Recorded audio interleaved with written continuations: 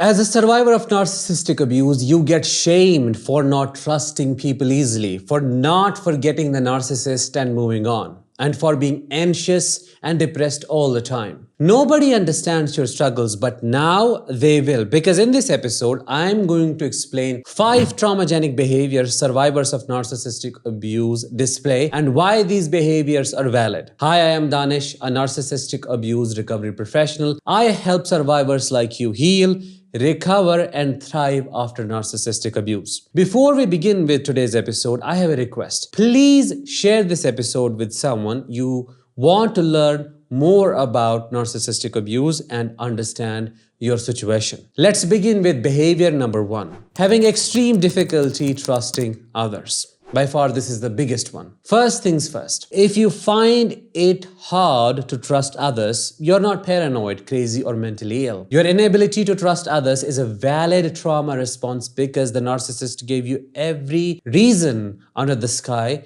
not to trust people again. Who wouldn't hesitate to trust people if their trust was weaponized against them every single moment they spent with the person they trusted and loved the most? Who wouldn't be triggered by all the niceness when this niceness was nothing but a facade of the narcissist they were made to believe in? Finding it difficult to trust people is a hallmark of surviving narcissistic abuse and severe betrayal trauma. If you cannot trust people right now, you do not have to, because you're carrying a soul injury that will take time to heal and recover from. Trust is naturally built and not forced. Hold yourself with compassion and show yourself the unconditional positive regard you expect from others. Behavior number 2, being anxiously depressed. Not just anxious or just depressed, you feel anxiously depressed. As a survivor of narcissistic abuse, you're anxious because you are questioning your reality all the time, wondering if you were the crazy one and the root cause of all the problems. And you're depressed because you still cannot fathom that someone whom you trusted with your heart and soul ended up betraying you in the worst way imaginable. Your anxiety is also a result of years of walking on eggshells that burned your nervous system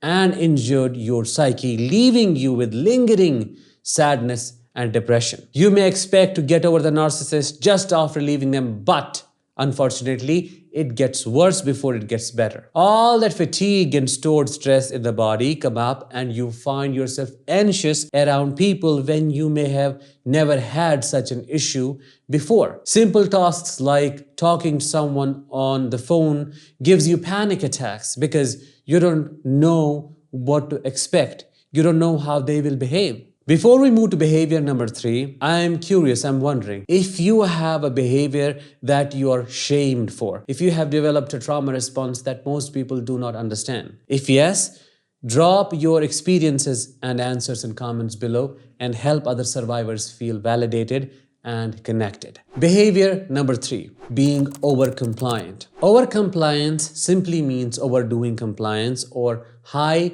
agreeableness, wherein you always choose to comply despite having the option to refuse the request or say no, regardless of your capacity to do what is being asked of you. This means doing something you do not want to do, but doing it anyway simply because the narcissist forced you to do things you did not want to do when you were in a relationship with them. You were left with no other option but to comply and give in to their demands. Saying no or doing something different than what they wanted you to do always led to some punishment, rejection, or pain. As a result, you learn to suppress and abandon yourself and comply, even if you had to do it at the expense of putting yourself in harm's way. Repetition of this behavior programmed you to fawn because overcompliance is a trauma response after all. It is challenging for you not to say yes or not to do what the other person wants you to do, regardless of whether you actually want to do it or not. Behavior number 4, lack of initiative.